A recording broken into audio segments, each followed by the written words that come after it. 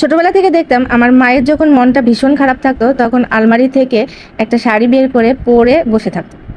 এটা বেশিরভাগ হতো আমার নানা তাকে দিয়েছে এরকম কোনো গিফটের শাড়ি, সেই শাড়িটা আরো বেশি পরতো।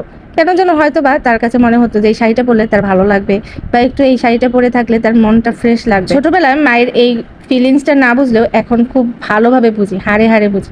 তো আমার সেদিন একটু মনটা খারাপ ছিল, তো আমিও একটা আলমারি থেকে শাড়ি বের করে পরলাম, কিন্তু আমার সেভাবে মনটা ভালো হলো না।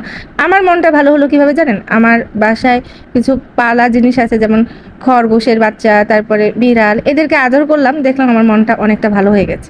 কিন্তু আমার মায়ের সেই পদ্ধতিটা অ্যাপ্লাই করে আমার কোনো কাজে হয় নাই। আর একটু ভালো হয়েছে যখন অনলাইন থেকে আসা এইসব গিফটগুলো আমার হাতে আসলো, তখন আরও বেশি মনটা ভালো হয়ে গেল। আমি সংসারের টুকটাক জিনিসগুলো কিনতে খুব পছন্দ করি, আর এগুলো যখন আমি হাতে পেয়েছি তখন আমার হাতের এই ফিলিংসটা মন পর্যন্ত চলে গেল এবং পুরো ফিলিংসটা একদম চেঞ্জ হয়ে গেল। আমার মুখে হাসি চলে আসলো, সকল মন খারাপ চলে গেল, কারণ আমার ঘরের কোনো জিনিস একটু পরিবর্তন হলে আমার মন এমনি ফ্রেশ হয়ে যায়। আর এদিকে আমার আর একটা মন ভালো করার জায়গা, সেটা হচ্ছে ছাদে এই বাগান। এই বাগানে আমার যত গাছ আছে সবগুলো আমার নিজে হাতে যত্ন করে করে তোলা।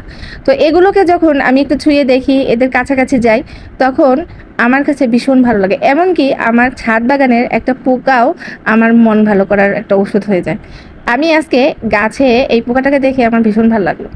এই পোকাটা ছোটবেলায় এত ভয় পেতাম, আর আজকে দেখে আমার মনটাই ভালো হয়ে গেল। কারণ মন ভালো করার কোনো নির্দিষ্ট ঔষধ নেই। আপনি যেটাকে মন থেকে খুব কাছে থেকে অনুভব করবেন, সেটা কাছে পেলেই আপনার মন ভালো হবে।